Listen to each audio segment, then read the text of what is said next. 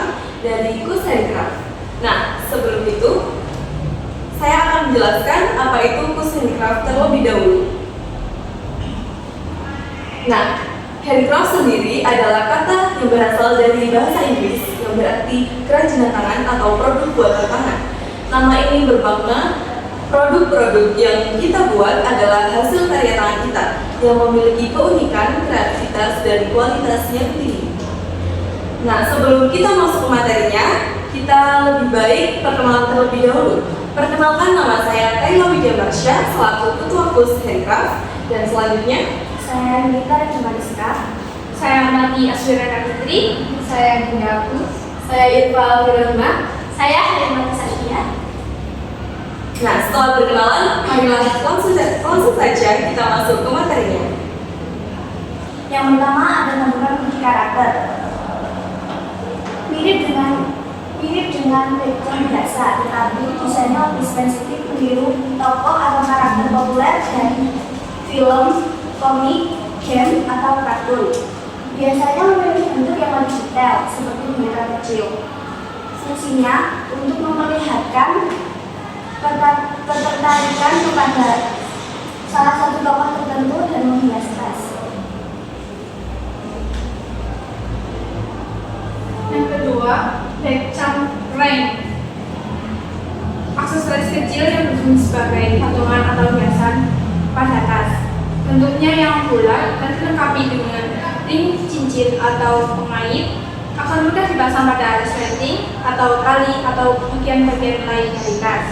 Ring sendiri terbuat dari akrilik, logam, atau kayu dan dapat ditambah dengan inisial nama, foto, dan hiasan sederhana lainnya. Fungsinya yaitu untuk menambah nilai operasional dan untuk dekorasi pada tas. Dan yang ketiga yaitu gantungan HP.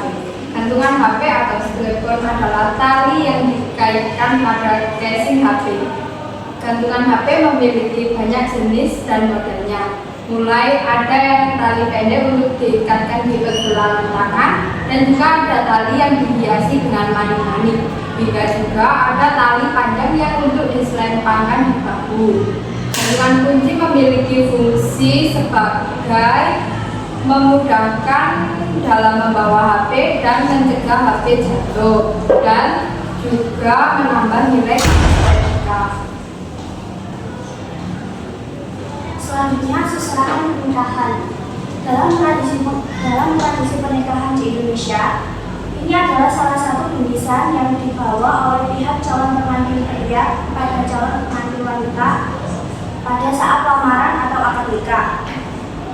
Biasanya isinya berupa simbol kebutuhan pengantin wanita seperti pakaian, peralatan sholat, makanan, dan lain-lain. Fungsinya sebagai simbol kesanggupan dan tanggung jawab pengantin pria sebagai kebutuhan pengantin wanita. Selanjutnya ada realisasi biaya. Bahan yang digunakan disesuaikan dengan jumlah produk yang benar-benar. Biaya jasa dihitung berdasarkan total waktu dan jasa yang dikeluarkan dalam pembuatan produksi produk. Harga jual ditentukan dari hasil penjumlahan total modal aktual dengan jasa produksi yang sebenarnya digunakan. Harga jual sama dengan modal sebenarnya ditambah jasa produksi. Untuk perhitungan, modal backjamming dikisarkan sekitar 6.000 dengan laba 4.000, jadi totalnya 10.000. Untuk backjam karakter, modalnya 7.000 dan laba yang didapat yaitu 5.000, jadi totalnya 12.000. Ada step handphone yang modalnya yaitu 5.000 dan labanya 3.000, jadi totalnya 8.000. Ada pun juga seserahan pernikahan yang membuat modalnya yaitu 50.000 dan mendapatkan laba sebesar 30.000. Untuk total keseluruhannya yaitu 80.000. Dari hasil realisasi, total biaya produksi dan harga jual sesuai dengan hasil produksi akhir.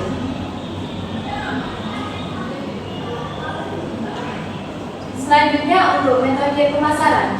Promosi dilakukan lewat platform seperti Instagram, TikTok, dan WhatsApp untuk memperkenalkan produk ke masyarakat luas. Konten yang diunggah berupa foto dan video produk. Proses pembuatan serta testimoni dari pembeli. Tujuannya untuk menarik minat calon pembeli dengan tampilan visual yang menarik. Selanjutnya, partisipasi dalam event yang relevan seperti mengikuti bazar, pameran sekolah, atau kegiatan kewirausahaan untuk memperkenalkan produk secara langsung, memberi kesempatan kepada para pengunjung untuk melihat dan mencoba produk secara langsung, sehingga lebih mudah membangun kepercayaan pembeli. Selain itu, event juga digunakan untuk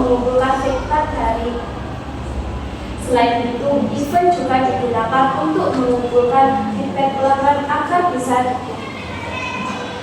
bisa dikembangkan dengan lebih baik. Nah, selanjutnya adalah realisasi operasional. Yang pertama yaitu kegiatan produksi dilakukan secara beberapa hari dengan melibatkan seluruh anggota PUS. Yang kedua ada pembagian tugas dilakukan berdasarkan jenis produknya. Dan yang ketiga yaitu proses pembuatan atau proses produksi. Ada perancangan desain, yang kedua ada pembelian bahan, yang ketiga ada pembuatan, yang keempat ada pengecekan kualitas, dan yang terakhir yaitu pengemasan. Nah, untuk yang keempat, produksi dilakukan di sekolah dan sebagian dilakukan di rumah masing-masing. Yang terakhir, setiap produk diuji untuk kualitasnya sebelum dipastikan dipasarkan di sosial media dan juga di event-event yang akan kita ikuti. Nah, itu tadi penjelasan atau perkenalan dari PUS Handcraft. Terima kasih sudah mendengarkan, dan terima kasih juga telah mengikuti perjalanan dari PUS Handcraft untuk melakukan sebuah bisnis dengan skala yang masih terbilang kecil. Itu saja yang mungkin bisa kami sampaikan. Wassalamualaikum